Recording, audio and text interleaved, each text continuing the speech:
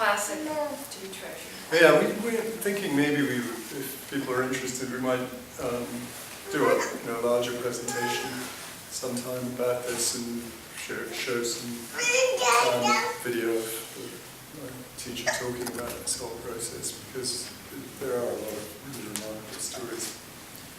That's what I have to say. Thanks, Ben. Judy, did you have anything to add to that? Could you tell us a little bit more what you actually do in the group?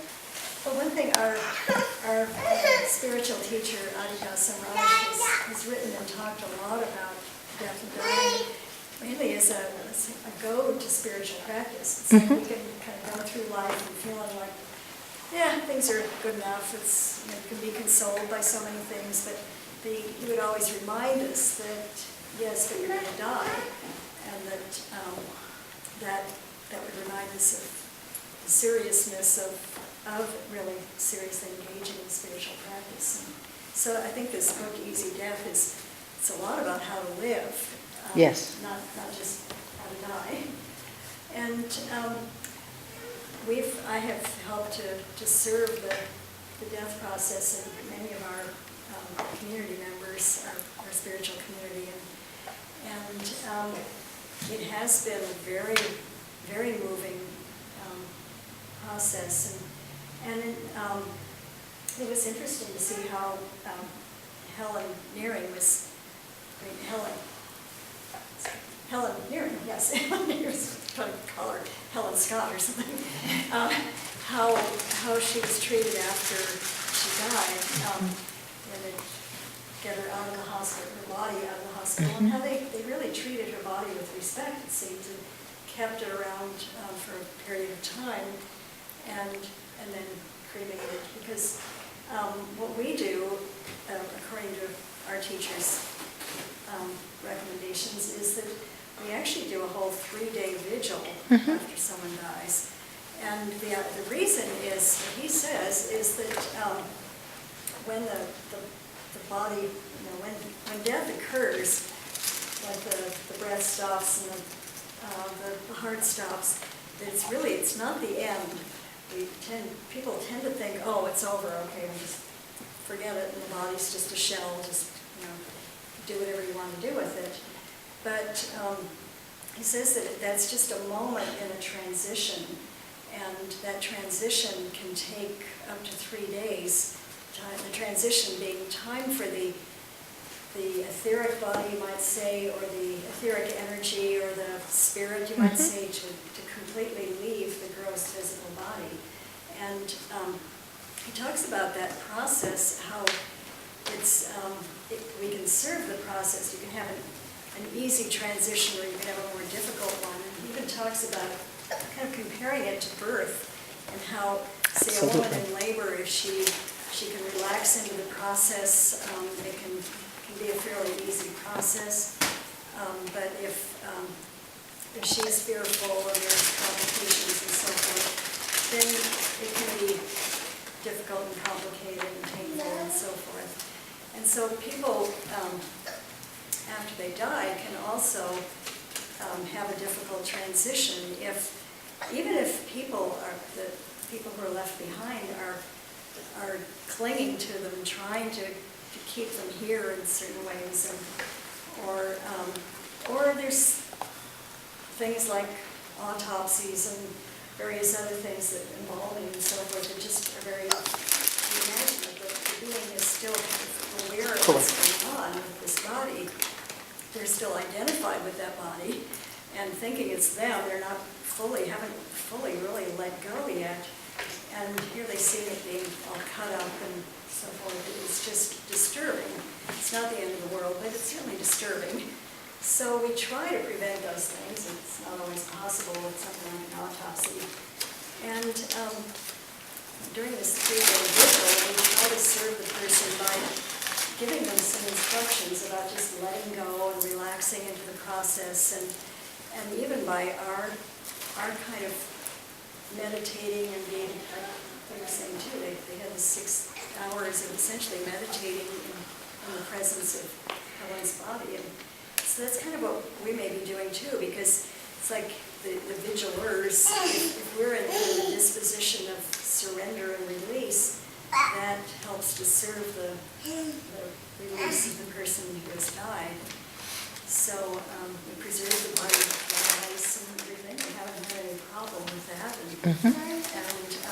And then we actually, our spiritual teacher recommends cremation. Environmental idea too. It's not the best thing necessarily.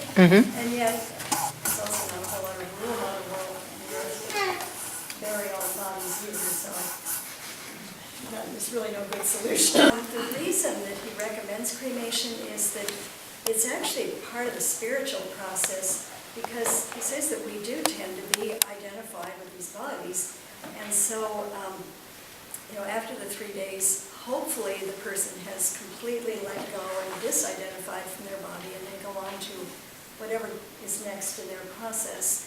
But if not, the cremation actually helps, because then there is no more body to be clinging to and to be identified with.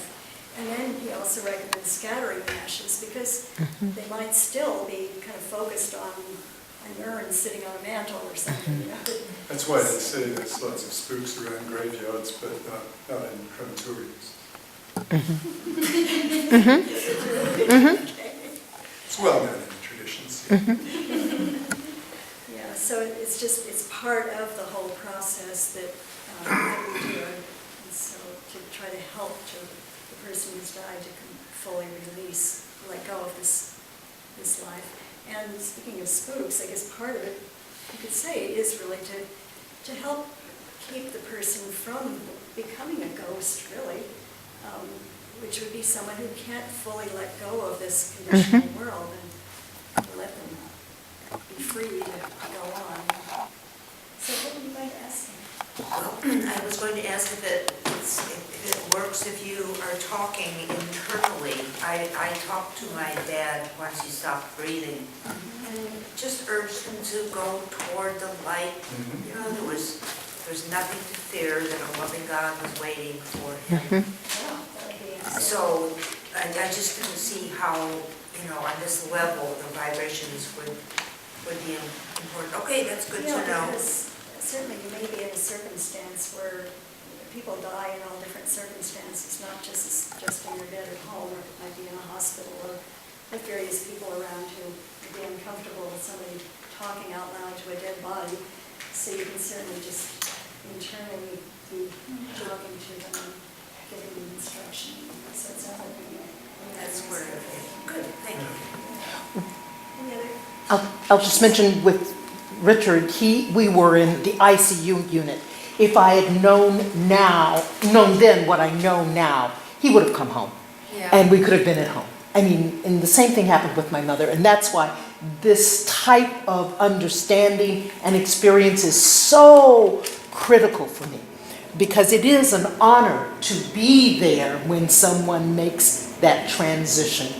And the ICU nurse said, "Go to the light, buddy. I'm raising the window. Go to the light." Richard didn't go anywhere. I think each one happens in the way in which they want it to happen. And Richard periodically comes and goes. He doesn't come as often as he used to, but they come, the spirit or the energy comes in different ways. With my dad, who died 35 years ago, it was the reality that the sadness was mine. He had been released. I woke up 2 o'clock in the morning, just wailing and carrying on. I've lost my dad. And I went and looked at myself and looked at how awful I looked. And I went, wait a minute, but he is no longer in pain. He was happy in the process. He found someone to love. He had a heart attack watching a football game. And boom, what a way to go. For him, Okay. No. So it is an honor. I've been at a lot of births, and to realize, including the birth of my own children being conscious, but to realize that time of life beginning and that time of life ending is honorable. Yeah. Okay, thanks. Just mention from what you said, one of the things we try to do in preparation before someone's dying is So they're legally have some rights, and it's more likely that they'll have kind of death that is more honorable. Yes. And the five wishes forms that she passed out is one form of that, so I highly recommend that.